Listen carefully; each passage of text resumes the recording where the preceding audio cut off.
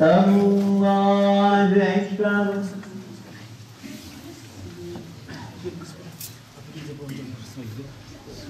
Elhamdülillahi Rabbil alemin. Allahu Ekber.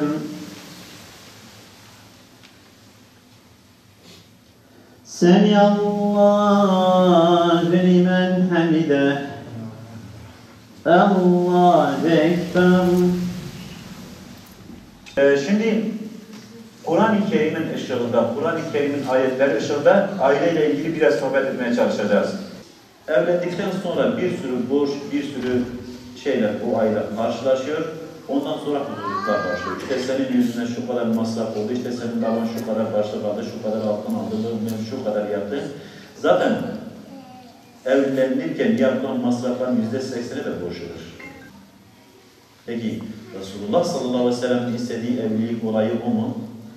Şöyle bir düşünelim. Resulullah sallallahu aleyhi ve sellem evlilik meselesine ne şekilde baktığını hepimiz biliyoruz.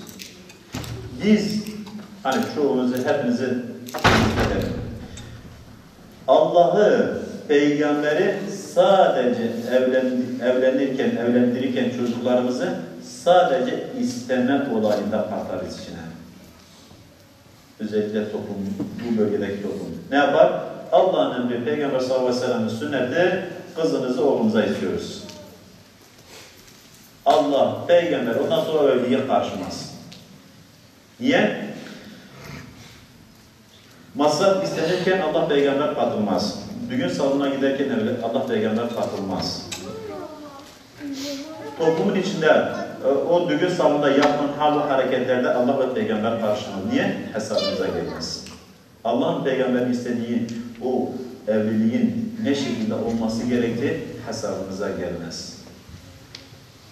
Ondan sonra da işte benim oğlum bilmem karısını seviyor, karısı bilmem şunu yapıyor, bilmem bunu yapıyor. Halbuki Resulullah sallallahu aleyhi ve sellem hadis-i şerifinde ne diyordu? İffetli kalabilmek için evlenen kişiye Allah-u Teala'nın mutlaka yardım edeceğidir. Şimdi Peygamber sallallahu aleyhi ve sellem haşa, yalan söyler mi? Mümkün değil. Peki Peygamber sallallahu aleyhi ve sellem öyle diyor. İffetli kalabilmek için evlenen kişilere Allah yardım eder. Yani bir nevi Allah'ın koruması altındadır. Allah'ın torpilli kulları arasındadır. Şart ne? İffetli kalabilmek için. Ama başka sebeplerden dolayı evleniliyorsa, özellikle de Allah'ın peygamberin katılmadığı bir evlilik olarak yapılıyorsa, evlilik hani bir program şeklinde dönüştürülerek yapılıyorsa, zaten Allah katmamışsın, zaten peygamberi katmamışsın. Allah'ın peygamberin katılmadığı evliliklere Allah da peygamber de yardım eder. Elf ve salatin ve elf ve selamun aleyke ya hayr halqillah. Bismillahirrahmanirrahim. Benabi Rahmanirrahim. Beşbar hamdu senayı kalbu canem dedin boy halde kevnu mekan ve bir insanda yazani ba kelam fendenu hem hikmetu ilmu kalem evvelu hem ahiri Rabbi azim hem alimu hem kerimu hem rahim maliki eflaqu asman behru ber razıqi cümleyi Emin bigre destel mümina ey can can siyu seyvan serme betir oja giran Bâbe Ahmed Abdullahi Nucuvan Ayqina bi Muhammed Kurbişan Rındu levaki gelek bu bi hisab Gühneda bi ariyu kari kharab Vesfi aybi levle dorit nabu Şerin bu berdile babi khav Saddaba Davud bercani bilav Es-salat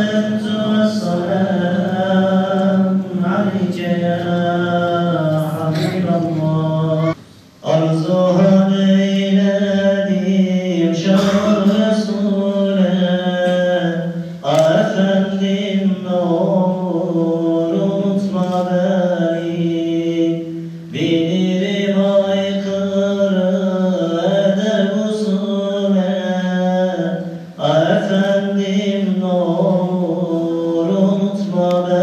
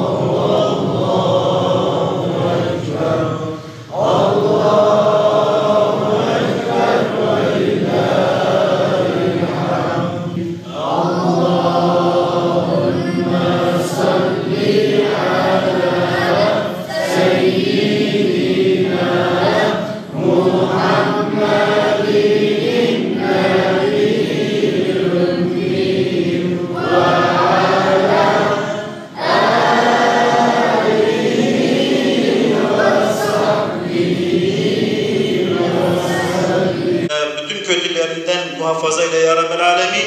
Ya Rabbel Alemin, bu amin diyen bütün müminleri Hz. Muhammed sallallahu aleyhi ve sellemin yolundan, izinden, dizinin dibinden ayırma ya Rabbi. Hayatımızın ziyası, kurtarıcı kelamı Kur'an-ı Kerim'i okuduk, dinledik ve Mevlid Peygamberiyle kıraat eyledik. Başlarımızın tacı, dertlerimizin ilacı. Habibin Hz. Muhammed sallallahu aleyhi ve selleme selam ve selamlar yolladı.